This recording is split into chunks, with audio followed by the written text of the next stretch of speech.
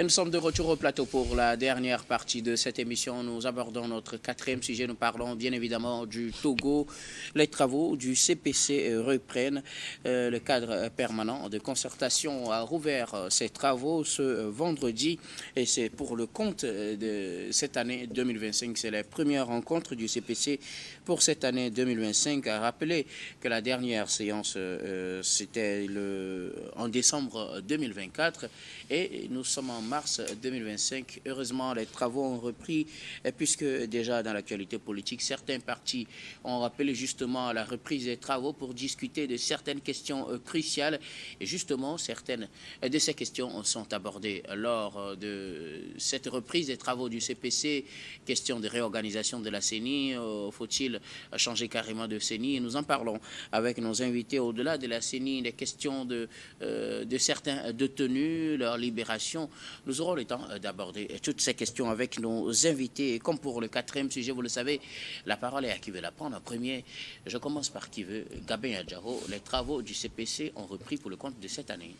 Oui, les travaux du CPC ont repris. C'est toujours bien dans une république d'arriver à discuter des problèmes de la nation.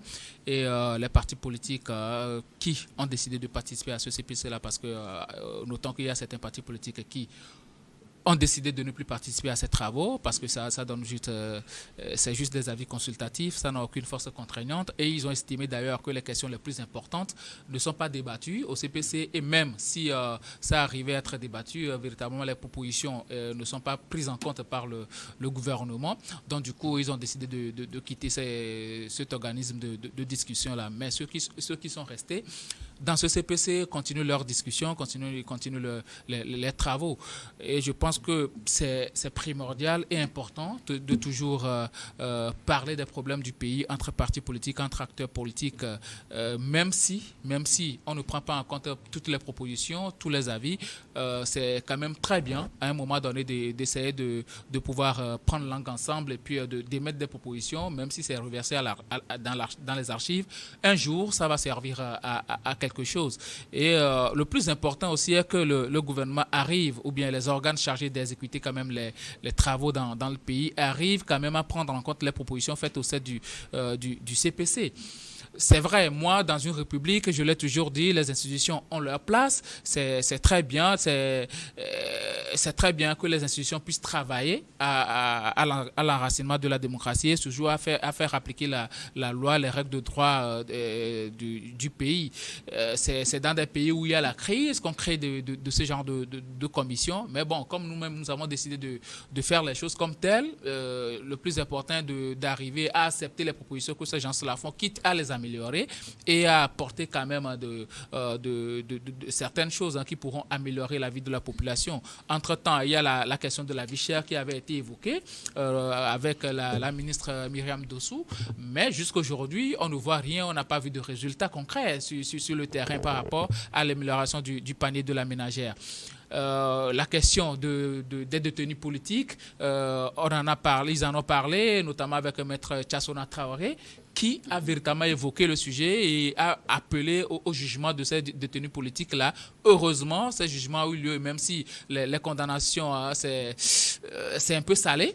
Ce jugement-là a eu lieu, donc on peut dire que la justice a écouté les cris d'alarme la sonnette d'alarme de ce CPC avec à sa tête entre-temps Maître Tchassona Traoré.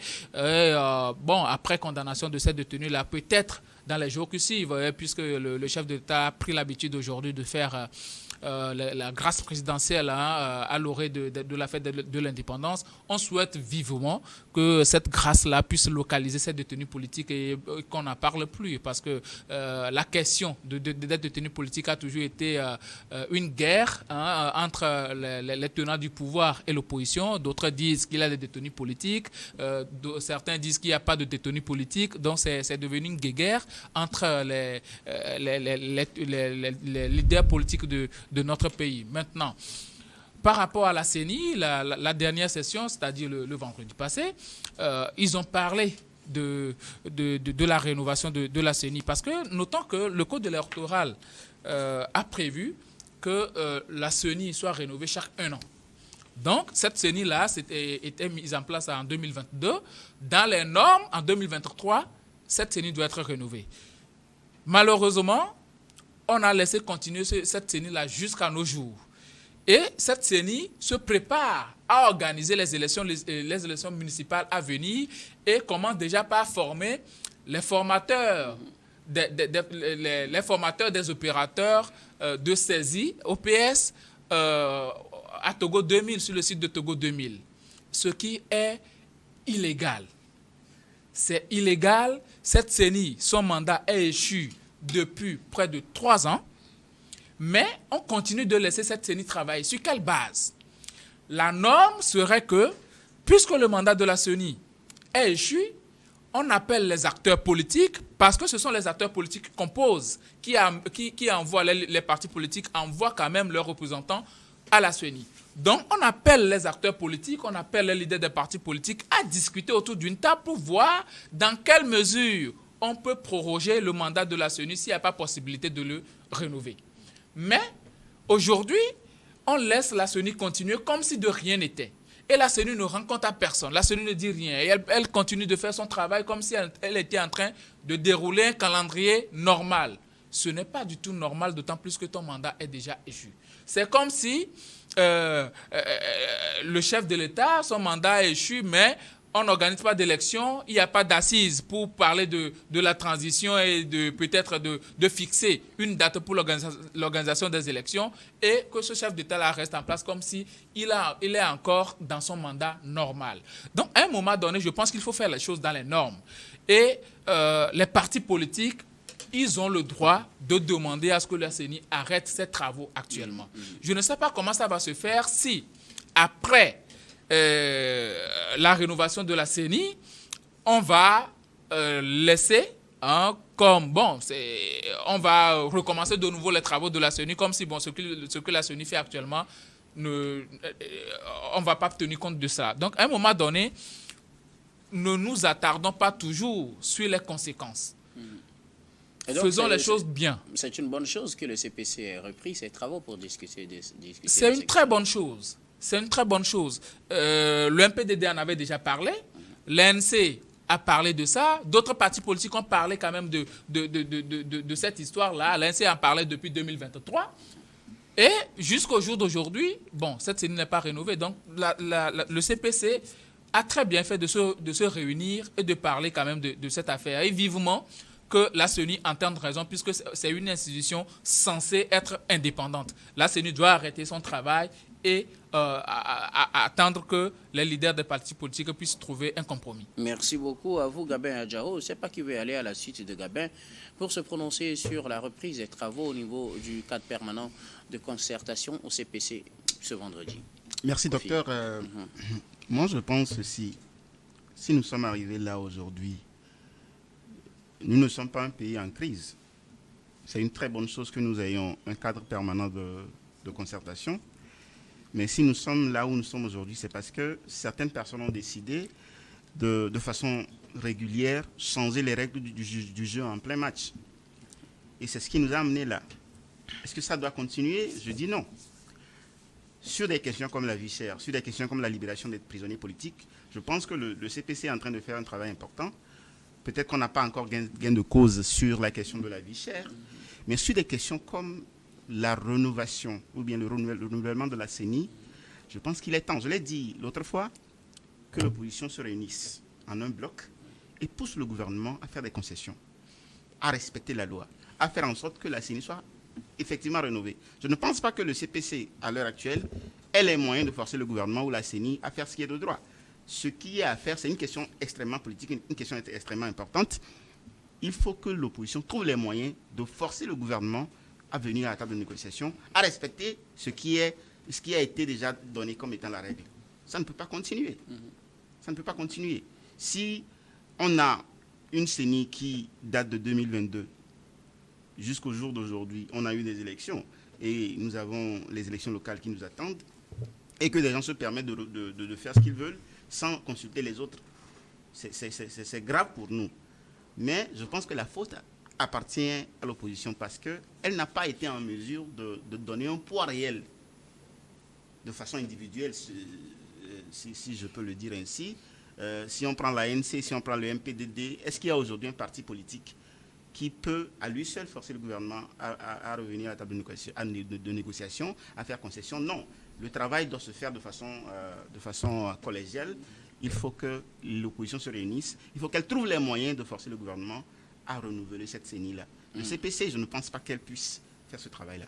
Pour vous, le CPC reprend ses travaux, c'est une bonne chose, mais pas très confiant à ce qu'il puisse mettre de la pression ou amener à changer certaines choses. Effectivement, parce qu'il y a de façon claire cette volonté affichée de certaines personnes de faire en sorte que les règles de droit soient bafouées.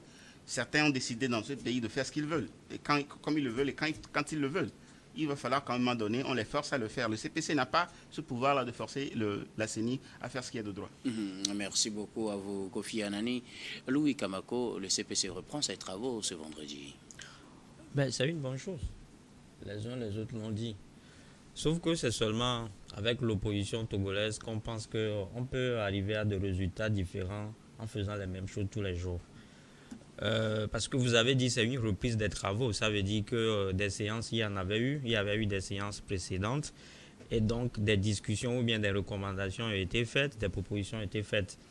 Gabin touchait du doigt tout à l'heure les propositions relatives en fait à la cherté de la vie, à la libération des détenus politiques même, qui a été discutée au dernier round. Ça veut dire qu'il y a des propositions qui sont faites, il y a des recommandations qui sont formulées, mais qui n'ont jamais été mises en application. Et normalement, ça devait amener les uns les autres à réfléchir. Est-ce qu'à un moment donné, ils ne se sont pas posé la question, est-ce qu'ils ne sont pas en train d'aller à un marché de dupes? Est-ce que ce cadre en soi n'est pas une perte de temps? Est-ce que les sujets discutés ou bien les sujets qui font objet de débat sont les sujets sur lesquels les Togolais attendent les politiques? À leur place, moi, j'aurais aimé peut-être poser cette question. Parce que le cadre continue, mais la tension socio-politique est toujours vive dans le pays. Et je crois qu'on est tous unanimes que l'actualité, ces derniers jours au Togo, c'est justement le changement constitutionnel. Il y a beaucoup de Togolais qui sont encore dans les rues. Il y a même des nouvelle constitution qui ont du mal à cerner les contours de cette loi fondamentale. Il y a des organisations de la société civile qui sont vent debout. Il y a des politiques qui n'arrivent justement pas à doubler ce test-là. Et qu'en temps normal, j'aurais souhaité, je pense que c'est l'avis peut-être de beaucoup de Togolais, qui auraient souhaité que ce sujet-là soit débattu au CPC. C'est-à-dire le changement constitutionnel. Oui, encore retourner à la constitution de 92. Non, pas forcément retourner à la constitution de 92, mais arriver à ce que on arrive au fait à améliorer les choses. C'est-à-dire, la dernière fois, je mettais le focus sur des articles de cette nouvelle constitution, les articles 50 et les articles 54. Que le CPC discute d'une possibilité de révision de la constitution. Pourquoi pas? Okay.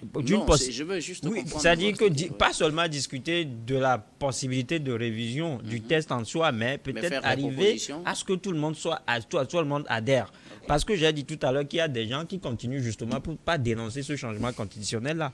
Mais si on nous dit que le CPC, c'est pour régler le problème entre les acteurs togolais, pour que quand les crises surgissent, ou bien quand les crises pointent leur nez, qu'on essaie de les étouffer dans l'œuf, pourquoi ne pas justement aborder la question relative en fait au changement constitutionnel qui fait débat? Okay. Parce que beaucoup de gens ne l'ont toujours pas accepté. Il faut justement faire venir ces gens-là à la table et savoir les raisons, les motifs. Les débats pour que chacun dise ce qu'il pense. Voilà, après tout, c'est notre test en soi. Et donc, tout le monde a justement besoin de se prononcer là-dessus.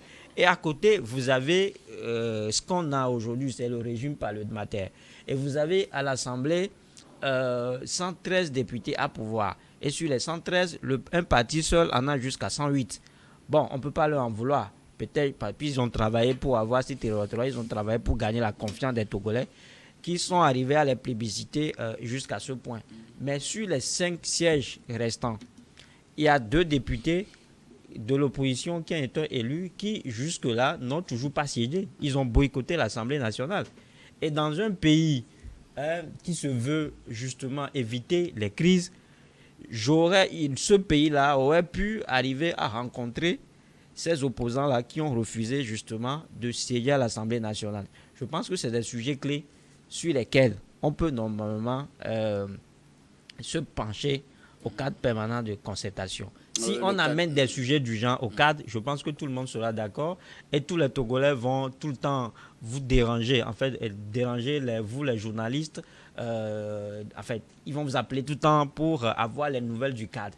Mais si ce n'est pas le cas, et si ça donne l'impression d'une réunion entre copains, je pense que les gens ne sont pas intéressés. Les gens ne vont même pas intéresser, on va continuer par en parler, mais ils vont juste nous regarder. Parce que les sujets cruciaux sur lesquels on les attend aujourd'hui ne sont pas abordés, alors, même sur le plan social. Vous avez constaté que ces derniers temps, on est en train de suivre le dictat de la CET. Il y a des coupures intempestives. La TDE a du mal à nous fournir de l'eau. La connexion Internet, on n'en a pas suffisamment. Et donc, c'est des sujets, c'est-à-dire que sur lesquels moi, j'aurais souhaité à moi qu'on se penche. Si vous posez sur ces sujets-là sur la table, je pense que tout le monde sera intéressé. Et vous aurez même des journaux qui vont faire même la ronde devant à l'administration ou bien au ministère de l'administration territoriale pour vous faire des scoops. Mais si c'est comme ça, si c'est des sujets comme ça sur lesquels on revient tout le temps, comme je le disais tout à l'heure, la libération des détenus politiques et tout ça et tout, les mêmes sujets reviennent tout le temps, ça devient redondant. Et ça n'intéresse plus personne. Vous êtes resté sur votre soif, même si vous appréciez qu'il y ait un cadre de discussion, le contenu vous laisse sur votre soif. Oui, le contenu, je ne l'apprécie pas trop. Le contenu, je ne l'apprécie pas. C'est comme si parfois ce cadre est convoqué justement pour distraire les uns les autres. Je vais être comme ça. Je vais tenter un peu de parler de façon simple comme ça.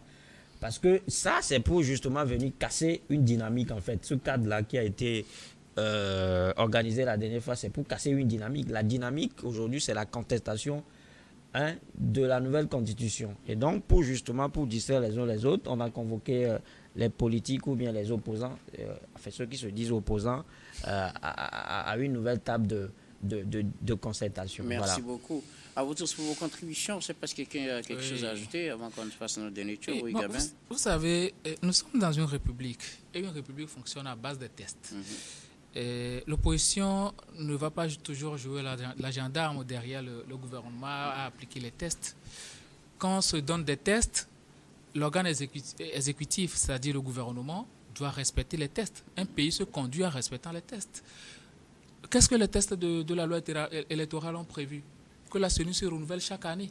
Dans les normes, l'opposition n'a même pas besoin de parler de ça. Ça doit se faire de facto, quoi. Mais j'ai l'impression que, on laisse courir les choses. On a parlé du mandat de la RAC qui est échu. Jusque-là, ce n'est pas rénové. On parle du mandat de la Cour des comptes qui est échu. Jusque-là, ce n'est pas rénové. Et d'autres institutions dont le mandat qu'ils n'ont pas encore rénové la composition jusqu'à maintenant. Donc, à un moment donné, l'opposition fait son travail. Et on ne doit pas toujours aller au forcing. Cette manière de bien voir les tests et de contourner, d'aller au forcing, mais c'est ça qui crée la frustration au sein de l'opposition. L'opposition, pour moi, togolaise, est assez responsable et pacifique. Disons la vérité. Mais on ne va pas jouer sur ce pacifisme-là pour conduire les choses comme bon nous semble. Ce n'est pas parce qu'ils ne disent rien que nous, on doit faire les choses en ne respectant pas les tests. C'est simple. On s'est donné des tests, respectons les tests, et que allons aux élections, si quelqu'un gagne, il gagne. S'il ne gagne pas, Mais créer juste des conflits inutiles comme ça, et ne pas donner de la force aux institutions, parce que là CENI n'a pas véritablement de force.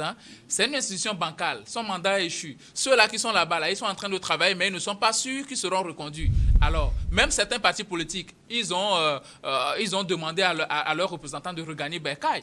Jusque-là, ces gens sont encore là-bas. Mais si demain, on demande d'amener d'autres personnes, je ne suis pas sûr que ces partis politiques-là vont reconduire la même personne. Donc, à un moment donné, essayons de faire les choses dans les normes. C'est aussi simple que ça. C'est très simple. Respectez les tests. Merci beaucoup à vous tous pour vos contributions. Nous arrivons pratiquement à la fin de ce numéro de Regard Croisé. Mais avant de nous séparer, notre habituel dernier tour d'étape, ce sera pour vos mots de fin sur un sujet de votre choix. Je commence par vous, Kofi Anani. Merci, docteur. Je pense que la dernière fois, je disais quelque chose dont j'ai beaucoup pensé jusque-là. Aujourd'hui, d'aucuns me diraient que les tribunaux dans notre pays ne fonctionnent pas. Mais je pense qu'à l'heure actuelle, personne n'a encore essayé vraiment de tester les tribunaux. Sur des questions relatives au respect de nos textes. Si l'opposition togolaise peut commencer par investir les tribunaux pour demander à ce que le droit soit dit, même si l'opposition n'obtient pas gain de cause, je pense que nous allons avancer, beaucoup avancer. Merci beaucoup. Merci beaucoup, Kofi Anani. Vous êtes entrepreneur et analyste politique. Merci d'être passé sur ce plateau. C'est plutôt moi qui vous remercie. Louis Kamako, vos mots de fin. Non, mais j'ai pas de mot de fin, sauf que j'ai un clin d'œil à faire à tous ces Togolais là qui, le 29 mars dernier, se sont souvenus d'une date historique, le 29 mars 2006. Quand ils se sont croisés, quand ils se sont confinés dans leurs chambres respectives, fenêtres et portes fermées justement pour regarder en fait l'éclipse solaire. Et c'était sur l'instruction de nos médecins assermentés à l'époque. Je ne sais pas quelle classe tu faisais à cette époque-là, mais je pense que c'était une journée historique pour ces Togolais-là. Je veux justement leur faire revivre la date du 29 mars 2006, en ce jour du 31 mars 2025. Merci beaucoup à vous, Louis Kabako. Vous êtes journaliste et analyste politique. Merci d'être passé sur ce plateau. Merci de m'avoir invité. Gabin Adjaro, vos mots de fin. Oh, pas de mot de fin. Merci de m'avoir invité. Merci beaucoup à vous, Gabin Adjaro. Vous êtes juriste et directeur des cabinets Juriste Consulting. Merci. Nous disons également merci à toutes les équipes techniques et rédactionnelles qui nous ont aidés à préparer et à présenter cette émission. Merci beaucoup à Yves Kofi Maounion Adjo à la réalisation, à Cédric Newlands à la diffusion, à Thomas Choyi à la caméra et surtout à vous, très chers téléspectateurs, de nous avoir suivis. C'est la fin de ce numéro de Regard Croisé. Je vous retrouve demain avec le même plaisir pour un autre numéro.